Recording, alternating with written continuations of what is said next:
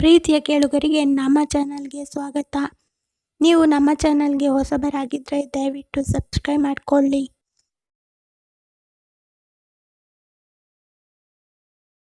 ಈ ಕಥೆಯ ಹಿಂದಿನ ಸಂಚಿಕೆಯನ್ನು ನೋಡಿಲ್ಲ ಅಂದರೆ ದಯವಿಟ್ಟು ನೋಡ್ಕೊಂಡು ಬನ್ನಿ, ಇಲ್ಲ ಅಂದರೆ ಕತೆ ಅರ್ಥ ಆಗಲ್ಲ.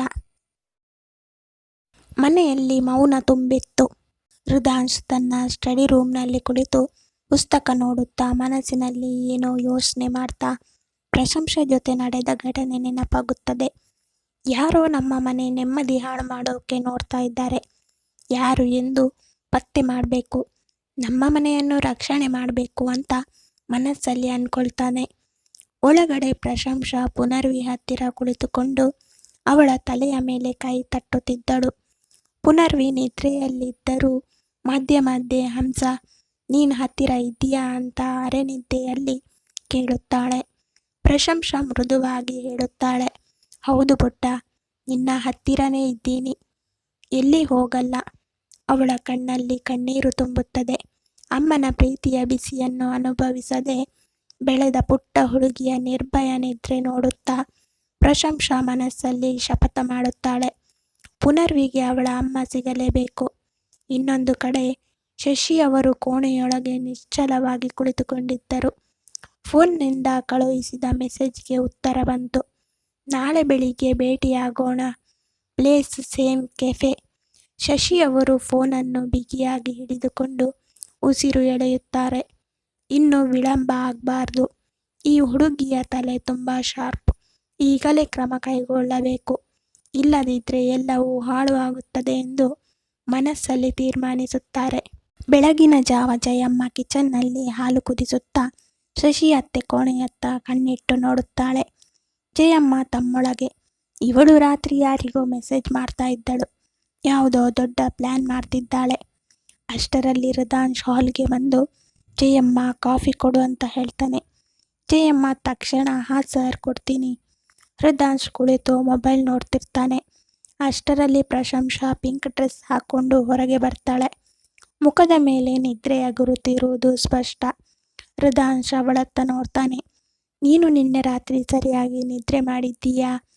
ಪ್ರಶಂಸಾ ಮೌನವಾಗಿ ನಿಂತ್ಕೊಳ್ತಾಳೆ.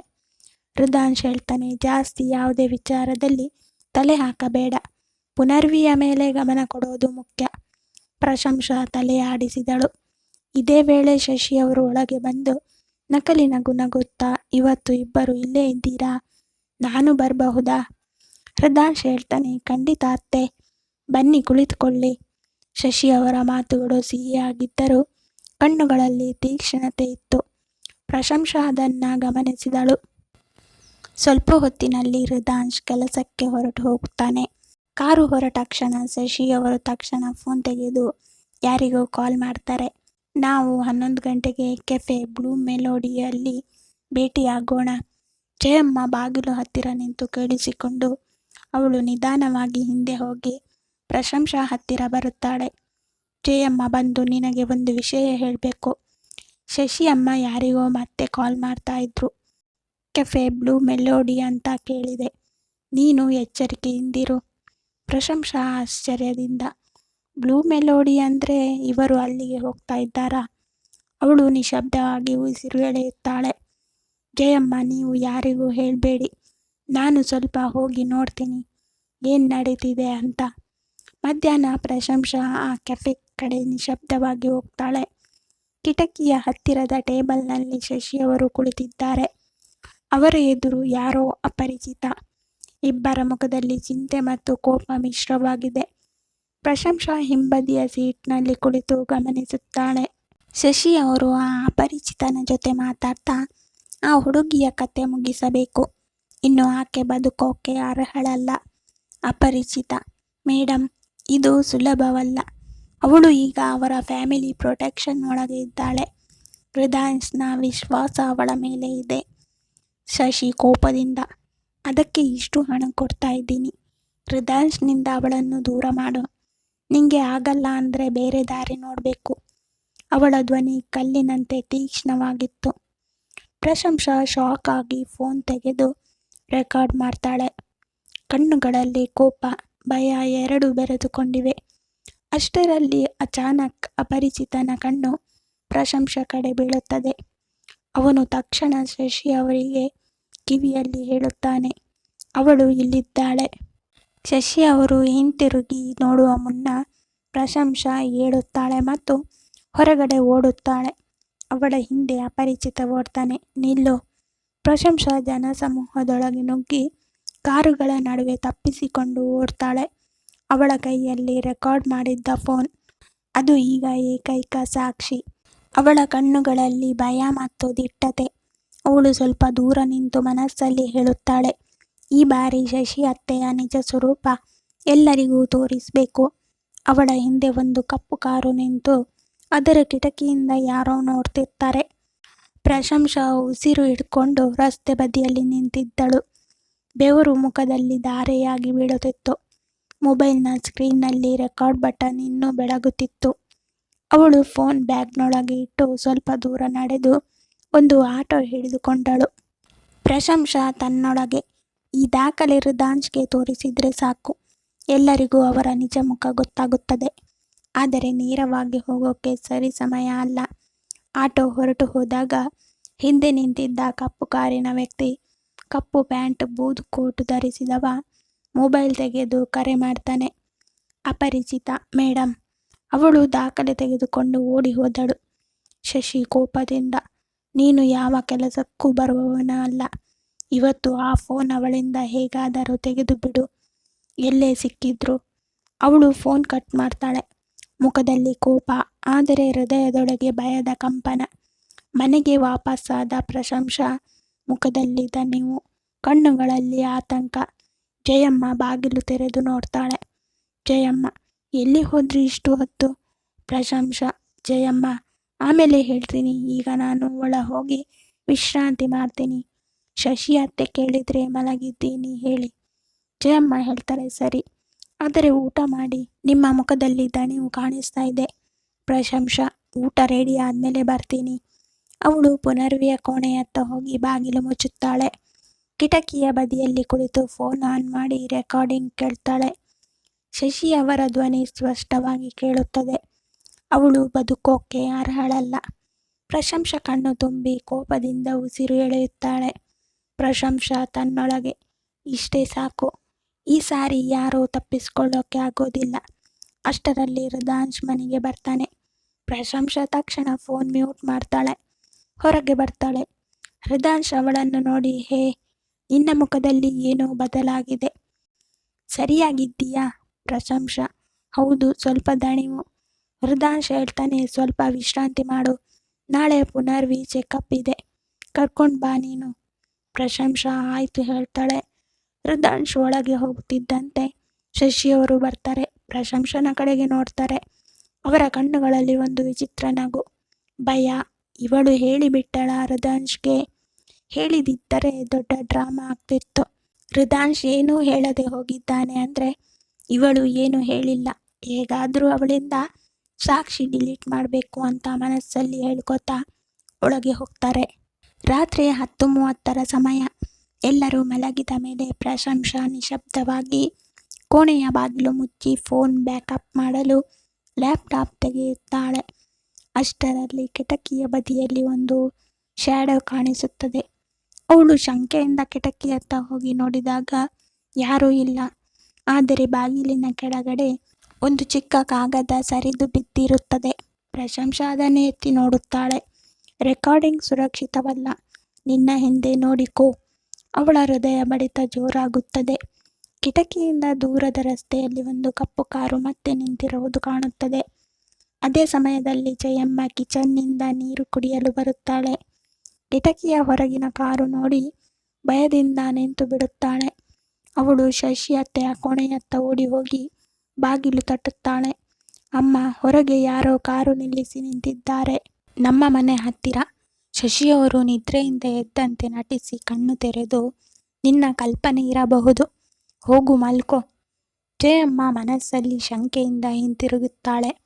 ಆದರೆ ಶಶಿ ಅವರು ಕಿಟಕಿಯಿಂದ ಹೊರಗೆ ನೋಡಿದಾಗ ಕಾರು ನಿಜವಾಗಿಯೂ ಅಲ್ಲಿದೆ. ಅವಳು ಮೊಬೈಲ್ ತೆಗೆದು ಮೆಸೇಜ್ ಟೈಪ್ ಮಾಡ್ತಾಳೆ. ಇನ್ನು ತಾಳ್ಮೆ ಬೇಡ, ನಾಳೆ ಬೆಳಿಗ್ಗೆ ಮುಗಿಸಿಬಿಡು. ಬೆಳಗಿನ ಜಾವ ಆ ಸೋಕಾದ ಹಗಲಿನ ಬೆಳಕು. ಪ್ರಶಂಸಾ ಪುನರ್ವಿಗೆ ಹಾಲು ಕೊಡುತ್ತಿರುತ್ತಾಳೆ. ಪುನರ್ವಿ ಸಂತೋಷದಿಂದ, ಹಂಸ, ನಿನ್ನೆ ಒಂದು ಕನಸು ನೋಡಿದೆ. ನಾನು ಅಮ್ಮ ಜೊತೆ ಹೋದ ಹಾಗೆ. ಪ್ರಶಂಸಾ ನಗು ಮಾಡ್ತಾ ಹೇಳ್ತಾಳೆ, ಹೌದಾ, ಇನ್ನು ಆ ಸ್ವಪ್ನ ನಿಜ ಆಗುತ್ತೆ ಪುಟ್ಟ. ಆ ಸಮಯದಲ್ಲೇ ಹೊರಗೆ ಕಾರು ಹಾರ್ನ್ ಆಗುತ್ತದೆ. ಹೃದಾಂಶ್ ಹಾಸ್ಪಿಟಲ್ ಹೋಗೋಕೆ ರೆಡಿ ಆಗಿರ್ತಾನೆ. ಪ್ರಶಂಸಾ ಪುನರ್ವಿಯನ್ನು ಕರ್ಕೊಂಡು ಕಾರಿಗೆ ಕೂರಿಸ್ತಾಳೆ. ಆದರೆ ಶಶಿ ಅವರು ಹಾಲ್ನಿಂದ ಕಣ್ಣಿಟ್ಟಿದ್ದಾರೆ. ಅವರ ಕಣ್ಣಲ್ಲಿ ಕೋಪದ ಕಿಡಿ ಇನ್ನೂ ಹೆಚ್ಚಿತ್ತು. ಶಶಿ ತಮ್ಮೊಳಗೆ, ಇಂದು ನಿನ್ನ ದಿನ ಕೊನೆಯದು ಪ್ರಶಂಸಾ. ನಿನ್ನ ಧೈರ್ಯ, ನಿನ್ನ ಬುದ್ಧಿ ಎಲ್ಲಕ್ಕೂ ಅಂತ್ಯ. ಇವರ ಕಾರು ಹೊರಟಾಗ ದೂರದಲ್ಲಿ ಕಪ್ಪು ಕಾರು ಮತ್ತೆ ಅವರ ಹಿಂದೆ ಬರುತ್ತಿದೆ. ಪ್ರಶಂಸಾ ಅಕಸ್ಮಾತ್ ಹಿಂದೆ ನೋಡ್ತಾಳೆ. ಕಣ್ಣುಗಳಲ್ಲಿ ಅಚ್ಚರಿ. ಅದೇ ಕಾರು. ಅವಳು ನಿಧಾನವಾಗಿ ಉಸಿರೆಳೆದು ಫೋನ್ ಆನ್ ಮಾಡ್ತಾಳೆ. ಪ್ರಶಂಸಾ ತನ್ನೊಳಗೆ, ಇವತ್ತು ಎಲ್ಲವನ್ನೂ ಅಂತ್ಯ ಮಾಡ್ತೀನಿ. ಕಾರಿನ ಒಳಗೆ ಬೆಳಗಿನ ಬೆಳಕು ಮುಖದ ಮೇಲೆ ಬೀಳುತ್ತಿತ್ತು. ಪುನರ್ವಿ ಹಿಂಬದಿ ಸೀಟಿನಲ್ಲಿ ನಗುತ್ತಾ ಆಟ ಆಡುತ್ತಾಳೆ. ಹೃದಾಂಶ್ ಡ್ರೈವ್ ಮಾಡ್ತಿದ್ದಾನೆ. ಪ್ರಶಂಸಾ ನಿಶಬ್ದವಾಗಿ ಫೋನನ್ನು ಬ್ಯಾಗ್ ಒಳಗೆ ಹಿಡಿದುಕೊಂಡಿದ್ದಾಳೆ. ಕಣ್ಣಿನಲ್ಲಿ ಕಾಳಜಿ. ಹಿಂದೆ ಬರುವ ಕಪ್ಪು ಕಾರಿನ ಚಲನೆ ಮಿರರ್ನಲ್ಲಿ ನೋಡ್ತಾಳೆ. ಹೃದಾಂಶ್ ಕೇಳ್ತಾನೆ, ಎಲ್ಲ ಪೇಪರ್ಸ್ ತಗೊಂಡಿದ್ದೀಯಾ? ಪ್ರಶಂಸಾ ಸ್ವಲ್ಪ ಕಳವಳದಿಂದ, ಹೌದು, ಎಲ್ಲ ಇದೆ. ಹೃದಾಂಶ್ ಹೇಳ್ತಾನೆ, ಏನೋ ತಲೆ ಬೇರೆ ಕಡೆ ಇದೆ ಅಂತ ಕಾಣ್ತಿದೆ. ಪ್ರಶಂಸಾ, ಇಲ್ಲ, ನಿದ್ರೆ ಸರಿಯಾಗಿ ಆಗಲಿಲ್ಲ ಅಷ್ಟೇ. ಅವರು ಹಾಸ್ಪಿಟಲ್ ಕಡೆ ಹೋಗ್ತಾ ಇರುವಾಗ ಕಪ್ಪು ಕಾರು ದೂರದಿಂದ ಹಿಂಬಾಲಿಸುತ್ತಾ ಬರುತ್ತಿದೆ. ಹಾಸ್ಪಿಟಲಿಗೆ ತಲುಪಿದ ಬಳಿಕ ಹೃದಾಂಶ್ ಕಾರ್ ಪಾರ್ಕ್ ಮಾಡಿ ಒಳಗೆ ಹೋಗ್ತಾನೆ. ಪ್ರಶಂಸಾ ಪುನರ್ವಿಯನ್ನು ನರ್ಸ್ ಹತ್ತಿರ ಬಿಟ್ಟು ವಾಟರ್ ಕೂಲರ್ ಹತ್ತಿರ ಹೋಗಿ ಫೋನ್ ಚೆಕ್ ಮಾಡ್ತಾಳೆ. ಆಗ ಆಕೆಯ ಹಿಂದೆ ಯಾರೋ ನಿಂತಿರುವ ಭಾವನೆ. ತಿರುಗಿ ನೋಡಿದಾಗ ಅದೇ ಬೂದು ಕೋಟು ಹಾಕಿದ ಅಪರಿಚಿತ ವ್ಯಕ್ತಿ. ಕಣ್ಣುಗಳಲ್ಲಿ ಕತ್ತಲೆ. ಅವನು ನಿಧಾನವಾಗಿ ಹೇಳ್ತಾನೆ, ನೀನು ತುಂಬ ಧೈರ್ಯಶಾಲಿ ಹುಡುಗಿ, ಆದರೆ ಇಷ್ಟರಲ್ಲೇ ಎಲ್ಲ ಮುಗಿಯಬಹುದು. ಪ್ರಶಂಸಾ ಹಿಂದಕ್ಕೆ 2 ಹೆಜ್ಜೆ ಹಾಕ್ತಾಳೆ. ಜನರು ಹಾಸ್ಪಿಟಲ್ ಲಾಬಿಯಲ್ಲಿ ಓಡಾಡುತ್ತಿದ್ದಾರೆ, ಆದರೆ ಯಾರೂ ಗಮನಿಸುತ್ತಿಲ್ಲ. ಅವಳು ಶಾಂತವಾಗಿ ಹೇಳುತ್ತಾಳೆ, ನನ್ನ ಬಳಿ ನಿನ್ನ ಮೇಡಮ್ನ ಮಾತುಗಳ ಸಾಕ್ಷಿ ಇದೆ. ನೀನು ಏನು ಮಾಡಿದ್ರೂ ನನ್ನಿಂದ ತಪ್ಪಿಸ್ಕೊಳ್ಳೋಕ್ಕಾಗೋದಿಲ್ಲ. ಅವನು ನಗುತ್ತಾ ಅದನ್ನು ನೋಡುವವರು ಉಳಿದ್ರೆ ಮಾತ್ರ. ಆ ಕ್ಷಣದಲ್ಲೇ ಪ್ರಶಂಸಾ ಚುರುಕಾಗಿ ಹಿಂಬದಿಯ ಎಮರ್ಜೆನ್ಸಿ ಕಾರಿಡಾರ್ ಕಡೆ ಓಡುತ್ತಾಳೆ. ಅವಳ ಕೈಯಲ್ಲಿ ಫೋನು. ಅಪರಿಚಿತ ಅವಳ ಹಿಂದೆ ಓಡ್ತಾನೆ. ಹಾಸ್ಪಿಟಲ್ನ ಸುತ್ತ ಪೇಷಂಟ್ಗಳು, ನರ್ಸ್ಗಳು, ಸ್ಟ್ರೆಚರ್ಗಳು ಓಡಾಡುತ್ತಿದ್ದರು. ಪ್ರಶಂಸಾ ಮನಸ್ಸಲ್ಲಿ ಒಂದು ಗುರಿ, ಮೊಬೈಲ್ ಅವನಿಗೆ ಸಿಗಬಾರದು. ಅವಳು ಮೆಟ್ಟಿಲುಗಳತ್ತ ಓಡಿ ತುರ್ತಾಗಿ ಮೇಲ್ಮಹಡಿಗೆ ಹೋಗುತ್ತಾಳೆ. ಅಷ್ಟರಲ್ಲಿ ಅಪರಿಚಿತ ಮೇಲಕ್ಕೆ ಬಂದು ಅವಳ ಕೈ ಹಿಡಿಯುತ್ತಾನೆ. ಫೋನ್ ನೆಲಕ್ಕೆ ಬಿದ್ದು ಸರಿಯುತ್ತದೆ. ಅವಳು ತಿರುಗಿ ಅವನ ಕೈ ತಳ್ಳುತ್ತಾಳೆ. ನಿನಗೆ ಸಿಗೋದಿಲ್ಲ. ಅವನು ಕೋಪದಿಂದ ಅವಳನ್ನು ತಳ್ಳಿ ಹಾಕ್ತಾನೆ. ಪ್ರಶಂಸಾ ಗೋಡೆಯತ್ತ ಅಪ್ಪಳಿಸುತ್ತಾಳೆ. ಫೋನ್ ಬದಿಯ ಕೋಣೆಯ ಒಳಗೆ ಸರಿದು ಹೋಗಿ ನಿಲ್ಲುತ್ತದೆ. ಅವನ ಹೆಜ್ಜೆ ಅದೇ ದಿಕ್ಕಿಗೆ. ಆದರೆ ಪ್ರಶಂಸಾ ಎದ್ದು ಕಿಟಕಿಯತ್ತ ಓಡಿ ಹೋಗಿ ಜೋರಾಗಿ ಕೂಗುತ್ತಾಳೆ, ಸೆಕ್ಯೂರಿಟಿ, ಯಾರಾದರೂ ಇಲ್ಲಿ ಬನ್ನಿ. ಕಾಫಿ ಶಾಪ್ನಿಂದ ಬಂದ ಹೃದಾಂಶ್ ಕೆಳಗಡೆ ನಿಂತು ಅವಳ ಧ್ವನಿ ಕೇಳುತ್ತಾನೆ. ತಕ್ಷಣ ಓಡಿ ಮೇಲ್ಮಹಡಿಗೆ ಬರುತ್ತಾನೆ. ಮೇಲ್ಮಹಡಿಯ ಬಾಗಿಲು ತಳ್ಳಿದ ತಕ್ಷಣ ಪ್ರಶಂಸಾ ನೆಲದ ಬಳಿ ಬಿದ್ದಿರುವ ಫೋನ್ ಹಿಡಿದುಕೊಂಡು ಹಿಂದಿರುಗುತ್ತಾಳೆ. ಅಪರಿಚಿತ ಅವಳ ಕೈ ಹಿಡಿದುಕೊಂಡಿದ್ದಾನೆ. ಹೃದಾಂಶ್, ಹೇ, ಯಾರು ನೀನು? ಬಿಟ್ಟು ಬಿಡು ಅವಳನ್ನು. ಅವನು ತಕ್ಷಣ ಪ್ರಶಂಸಾಳನ್ನು ತಳ್ಳಿ ಓಡಿ ಹೋಗಲು ಯತ್ನಿಸುತ್ತಾನೆ. ಆದರೆ ಹೃದಾಂಶ್ ಅವನನ್ನು ಹಿಡಿದು ಹೊಡೆದು ಬೀಳಿಸುತ್ತಾನೆ. ಸೆಕ್ಯೂರಿಟಿ ಬರುತ್ತಾರೆ. ಅವನನ್ನು ಹಿಡಿದುಕೊಳ್ಳುತ್ತಾರೆ. ಹೃದಾಂಶ್ ಪ್ರಶಂಸಾ ಕಡೆ ತಿರುಗಿ, ನೀನು ಸರಿ ಇದ್ದೀಯಾ? ಪ್ರಶಂಸಾ ಜೋರಾಗಿ ಉಸಿರಾಡುತ್ತಾ, ಹೌದು. ಆದರೆ ಹೃದಾಂಶ್ ಅವರೇ, ಈತನ ಹಿಂದೆ ನಿಮ್ಮ ಅತ್ತೆ ಇದ್ದಾರೆ. ಹೃದಾಂಶ್ ನಿಶಬ್ದವಾಗಿ ಅವಳ ಮುಖದತ್ತ ನೋಡುವನು. ಏನು ಹೇಳ್ತಿದ್ದೀಯಾ? ಪ್ರಶಂಸಾ ಫೋನು ತೆಗೆಯುತ್ತಾಳೆ. ರೆಕಾರ್ಡಿಂಗ್ ಆಡಿಯೋ ಪ್ಲೇ ಮಾಡಿ ತೋರಿಸುತ್ತಾಳೆ. ಅವಳು ಬದುಕೋಕೆ ಅರ್ಹಳಲ್ಲ. ಶಶಿಯವರ ಧ್ವನಿ ಸ್ಪಷ್ಟವಾಗಿ ಕೇಳುತ್ತದೆ. ಹೃದಾಂಶ್ ಕಣ್ಣುಗಳಲ್ಲಿ ನಿಶ್ಚಲ ಕೋಪ. ಅವನ ಸುತ್ತಲಿನ ಸೌಂಡ್ ಮೌನವಾಗುತ್ತದೆ. ಅವನ ಮುಖ ಬದಲಾಗುತ್ತದೆ. ನಿಧಾನವಾಗಿ ಹೇಳುತ್ತಾನೆ, ಅಂದ್ರೆ ಶಶಿ ಅತ್ತೆ ಇವನನ್ನು ಕಳಿಸಿದ್ರಾ? ಹೌದು. ನನ್ನ ಸಾಯಿಸೋ ಪ್ಲಾನ್ ಮಾಡಿದ್ದಾರೆ. ಇವನು ಮತ್ತೆ ಶಶಿ ಅತ್ತೆ ಮಾತಾಡುವಾಗ ರೆಕಾರ್ಡ್ ಮಾಡಿದ್ದು ನಾನು. ಪ್ರಶಂಸಾ ಕಣ್ಣೀರು ತಡೆದುಕೊಂಡು ಹೇಳುತ್ತಾಳೆ. ಹೃದಾಂಶ್ ಅವಳ ಕೈ ಹಿಡಿದು, ನಾನು ಇನ್ನು ನಿನ್ನನ್ನು ಒಬ್ಬಳನ್ನಾಗಿ ಬಿಡಲ್ಲ. ನಾನು ನಂಬ್ತೀನಿ ನಿನ್ನ. ಆ ಸಮಯದಲ್ಲೇ ಸೆಕ್ಯೂರಿಟಿ ಪೊಲೀಸರಿಗೆ ಕಾಲ್ ಮಾಡ್ತಾರೆ. ಅಪರಿಚಿತನನ್ನು ಪೊಲೀಸ್ ಬಂದು ಕರ್ಕೊಂಡು ಹೋಗ್ತಾರೆ. ಹೃದಾಂಶ್ ಪುನರ್ವಿ ಮತ್ತೆ ಪ್ರಶಂಸನ ಕರ್ಕೊಂಡು ಹೋಗ್ತಾನೆ. ಶಶಿ ಅವರು ಕುರ್ಚಿಯಲ್ಲಿ ಕುಳಿತಿದ್ದಾರೆ. ಬಾಗಿಲು ತೆರೆದ ಶಬ್ದ. ಹೃದಾಂಶ್ ಒಳಬರುತ್ತಾನೆ. ಮುಖದಲ್ಲಿ ಮೌನ. ಪ್ರಶಂಸಾ ಹಿಂಬದಿಯಲ್ಲಿ. ಹೃದಾಂಶ್ ಹೇಳ್ತಾನೆ, ಅತ್ತೆ ನೀವು ಏನು ಮಾಡಿದ್ದೀರಿ ಎಲ್ಲ ಗೊತ್ತಾಗಿದೆ ನನಗೆ. ಶಶಿ ಅವರು ನಕಲಿ ನಗು ನಗುತ್ತಾರೆ. ನೀನು ಏನೋ ತಪ್ಪು ಅರ್ಥ ಮಾಡ್ಕೊಂಡಿದ್ದೀಯ. ಹೃದಾಂಶ್ ಫೋನ್ ಪ್ಲೇ ಮಾಡ್ತಾನೆ. ಶಶಿ ಅವರ ಧ್ವನಿ ಕೇಳುತ್ತದೆ. ಅವಳ ಮುಖ ಬದಲಾಗುತ್ತದೆ. ಕಣ್ಣಿನಲ್ಲಿ ನಡುಕ. ನಾನು ನಾನು ಹಾಗೆ ಹೇಳಿದ್ದೆ. ಆದರೆ ಹೃದಾಂಶ್ ಧ್ವನಿ ಗಂಭೀರ. ಹಾಗೆ ಹೇಳಿದ್ದೆ ಅಂದರೆ ಸಾಕು. ಈ ಮನೆಯ ನೆಮ್ಮದಿ ಹಾಳು ಮಾಡಿದ್ದು ನೀವು. ಶಶಿ ಅವರು ಕುರ್ಚಿಯಲ್ಲಿ ಕುಸಿದುಕೊಳ್ಳುತ್ತಾರೆ. ಜಯಮ್ಮ ಕಣ್ಣೀರು ತುಂಬಿಕೊಂಡು ಒಳಗೆ ನಿಂತಿರ್ತಾರೆ. ಪ್ರಶಂಸಾ ನಿಶಬ್ದವಾಗಿ ಪುನರ್ವಿ ಅತ್ತ ನೋಡ್ತಾಳೆ. ಪುನರ್ವಿ ಮಲಗಿರುವಳು. ಮುಖದಲ್ಲಿ ಶಾಂತಿ. ಹೃದಾಂಶ್ ನಿಧಾನವಾಗಿ ಹೇಳ್ತಾನೆ, ನಮ್ಮ ಮನೆ ಮತ್ತೆ ನೆಮ್ಮದಿ ಹಾಳು ಮಾಡೋಕೆ ನಾನು ಯಾರಿಗೂ ಬಿಡೋಲ್ಲ. ಆಗ ಶಶಿ ಅವರು, ಹೃದಾಂಶ್ ಸ್ವಲ್ಪ ಕೇಳು ಇಲ್ಲಿ. ನಾನು ಅದನ್ನು ಪ್ರಶಂಸಾಗೆ ಹೇಳಿಲ್ಲ. ಅದು ಫಿಲಮ್ ಸ್ಟೋರಿ ಹೇಳ್ತಿದ್ದೆ. ಇವಳು ಅದನ್ನು ತಪ್ಪಾಗಿ ತಿಳ್ಕೊಂಡಿದ್ದಾಳೆ. ಅವನು ಒಬ್ಬ ನಾಟಕ ಕಂಪನಿಯವನು. ಅವನಿಗೆ ಕತೆ ಬರೆಯುವ ಹುಚ್ಚು. ಅವನು ಕತೆ ಹೇಳ್ತಿದ್ದ.